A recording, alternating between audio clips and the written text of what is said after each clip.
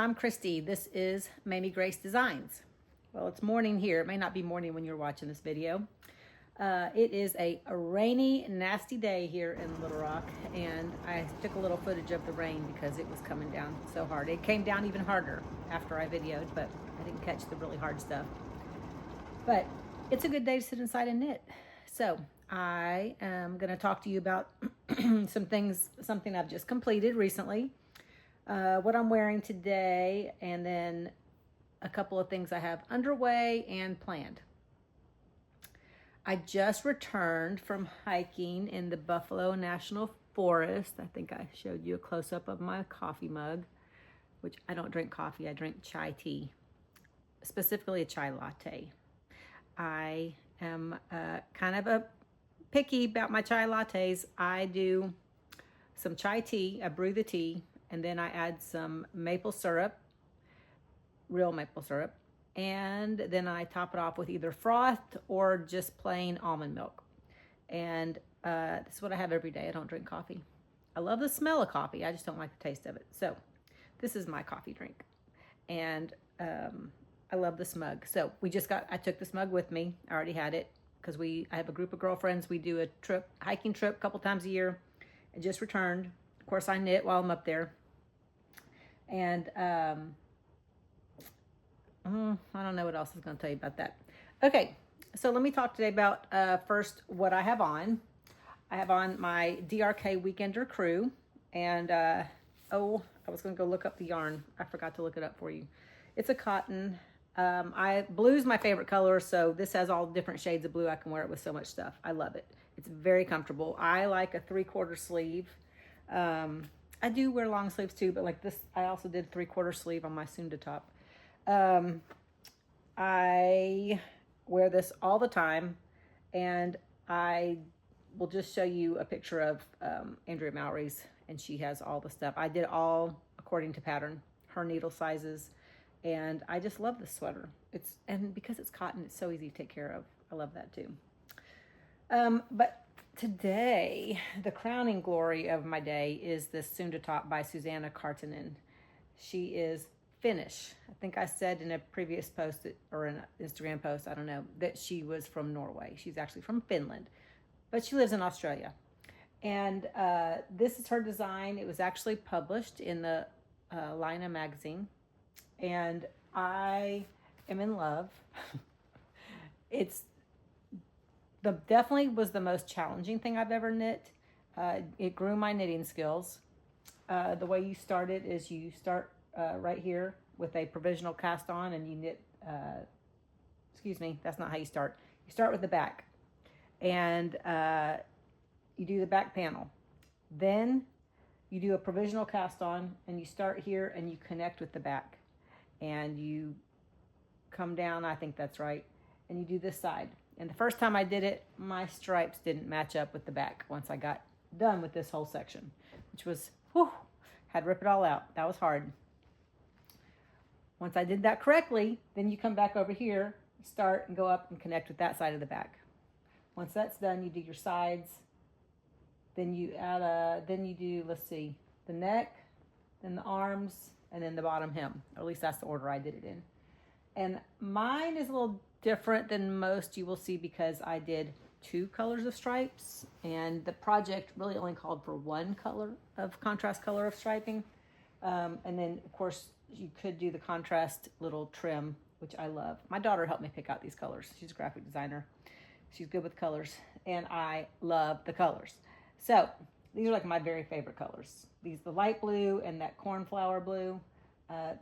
Believe it or not, took me several swatches to find the right color, background color, or main color, which is the Sandnesgarn Sunday. It's Knitting for Olive Cream. The contrast colors are Sandnesgarn Sunday. This is cornflower blue. The light blue is a new color, so I just have the numbers because I don't have it. I couldn't find a name for it, but it's number 5811. The cornflower blue is 6044. And this hot pink is from a really cute little yarn store in Fayetteville, Arkansas called Sweet Skeins. So, our mascot for the University of Arkansas, which is in Fayetteville, is the Razorback, and we call the hogs the Razorbacks by saying Woo Pig Suey.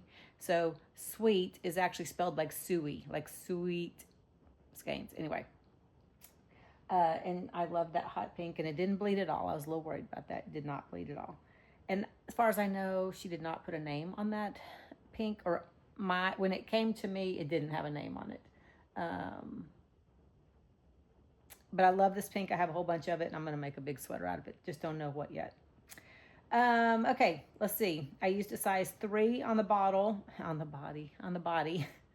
of this sweater, and a 2 on the ribbing. I kind of wish I had gone down I wish I'd gone down a size on the whole sweater. I knit a size 4, and I really should have done a 3. And Susanna told me at the beginning I was between a 3 and a 4, and I went with 4 because I always think I need bigger than what I need. And I don't like things to be binding either. And the neck is a little bit loose. It kind of slides around. So today, I bought this at Joann's. Hopefully you can see that. It's a little bitty elastic.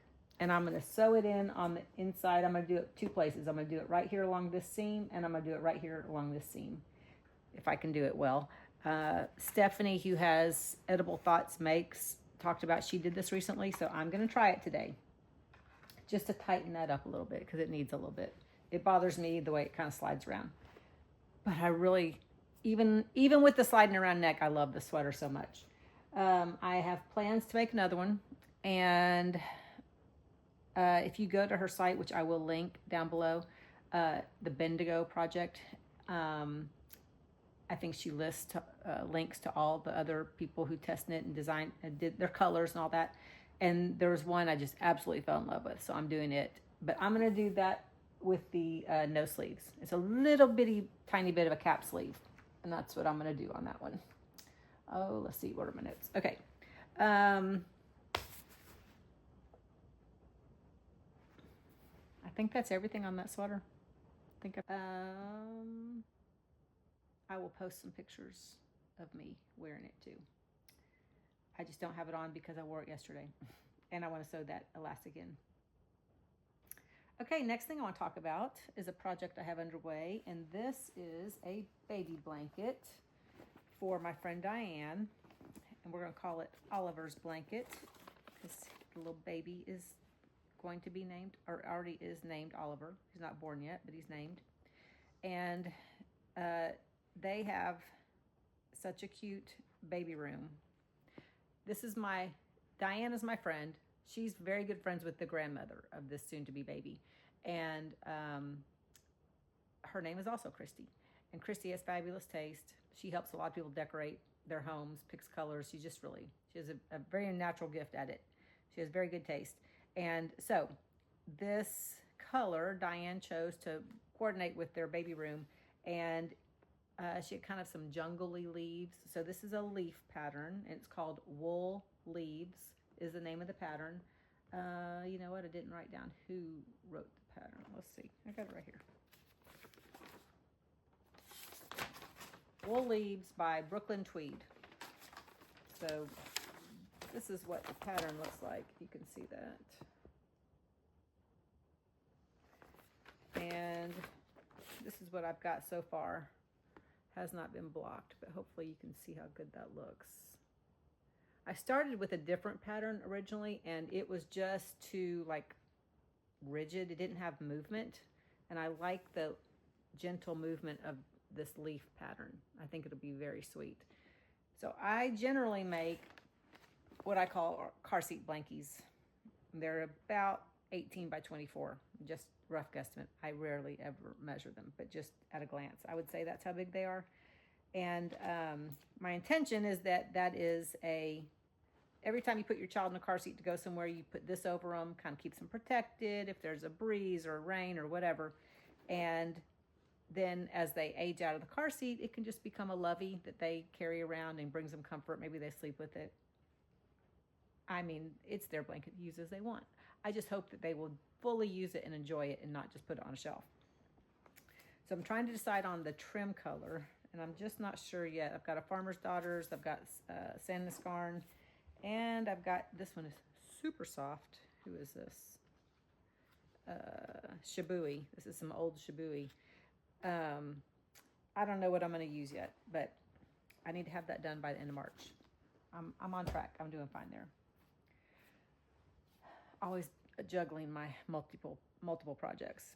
Okay, I did a little video on my Stornoway Sweater swatch, and I think that was my last. I don't know if that was the last one I did or not.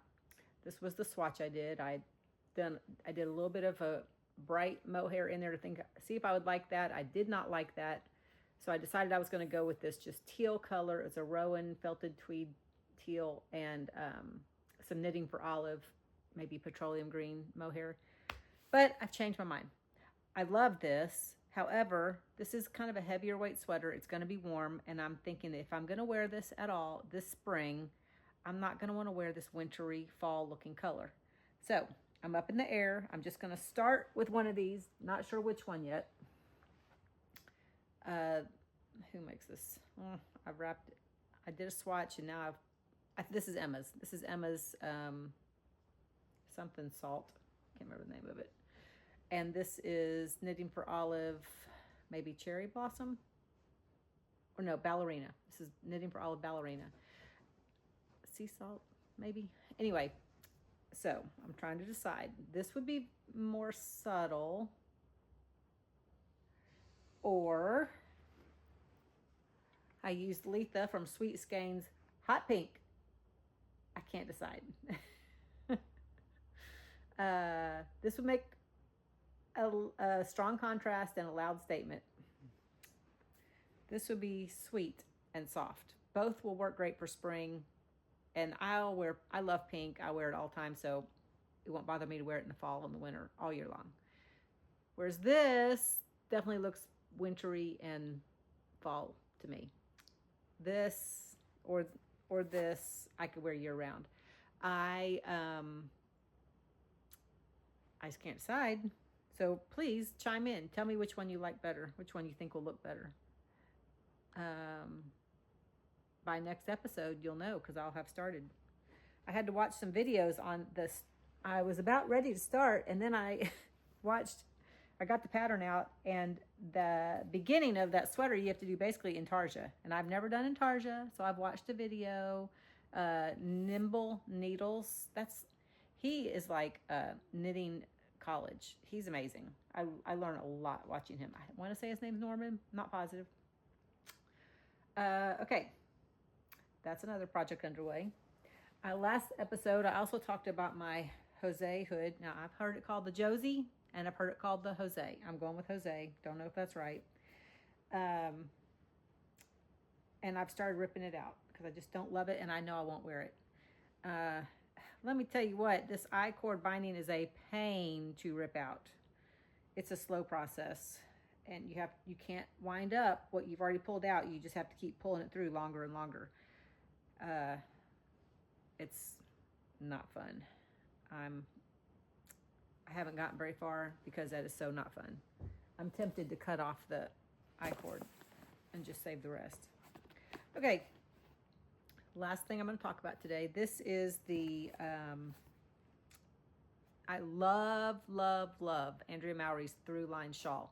I mean, that speaks to me on every level. I don't know. Hers is kind of a blackish gray, which I won't wear that color, but I don't know, the design of it, the way it wraps around good, the little bit of textury detail. I just love it. I can't wait. I hope she makes a cardigan and a sweater and a hat because I will make all of them. I'm in love with it.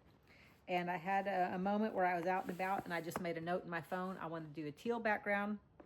I want to do neutral colored in the stripe. And then that little bitty detail is going to be this mix of pinks and teal and a little bit of red and I don't know what else from Spin Cycle. And so I made a note in my phone because I will forget.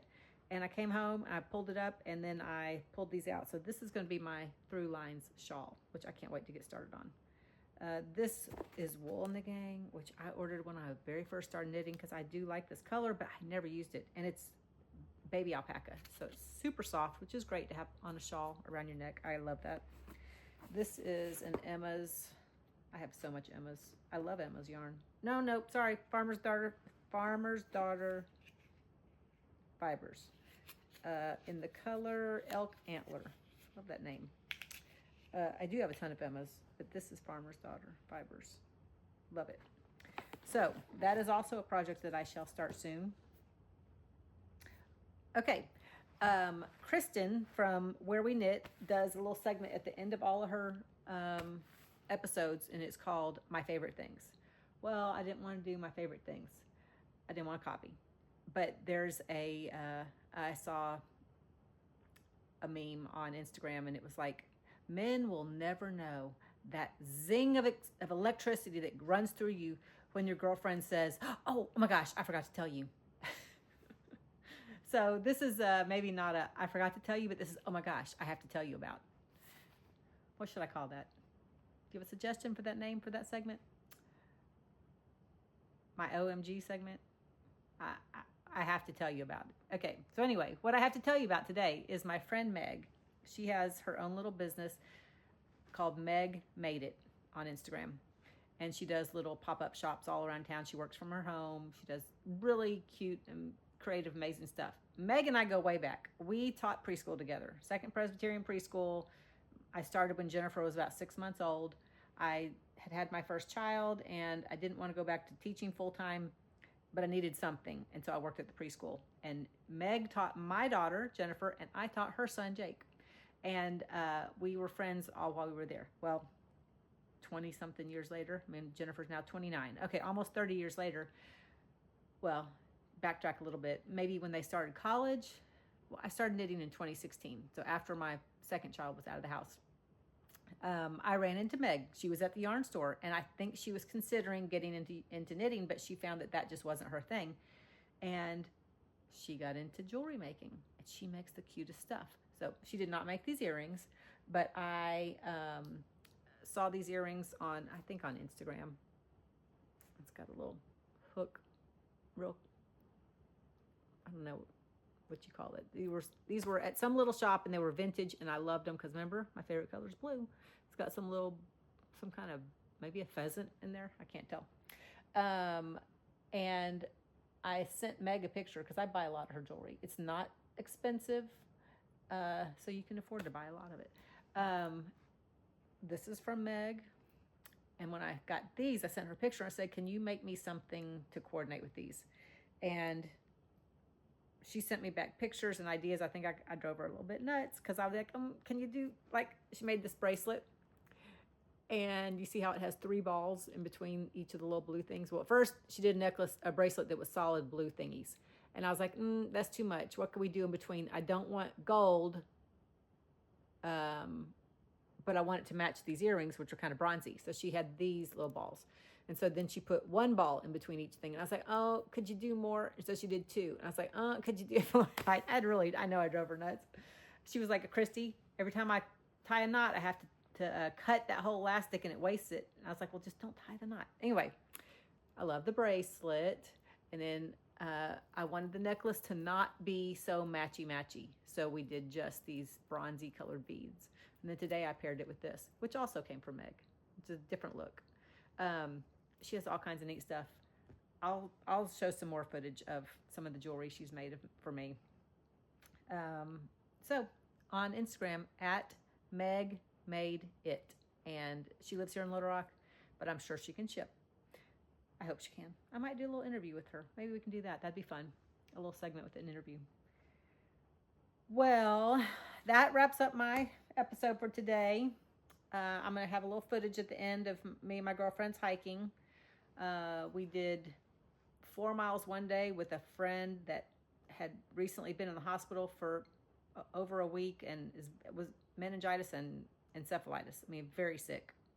And this was her first real exercise. She played tennis one day, but this hiking trip was her first big outing, and I was afraid we weren't going to get her back up off the trail.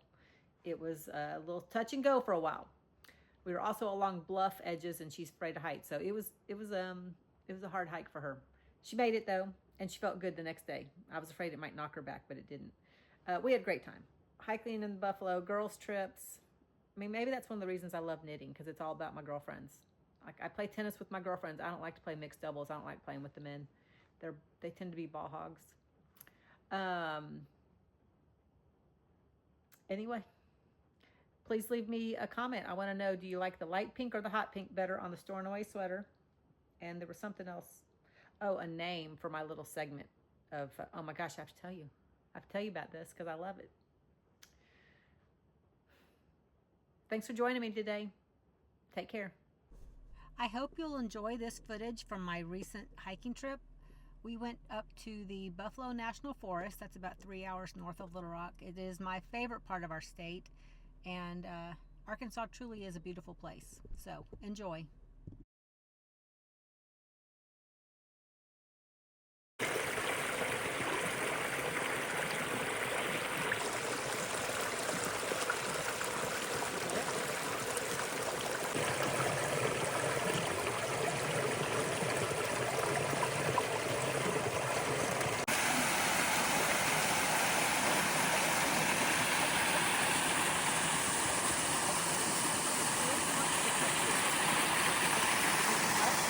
Touch the ice.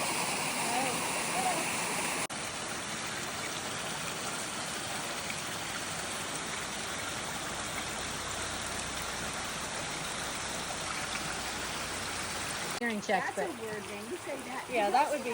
That would easily be 20 feet. I'm sure you could find some that said the opposite, but they're saying more and more that letting yourself go.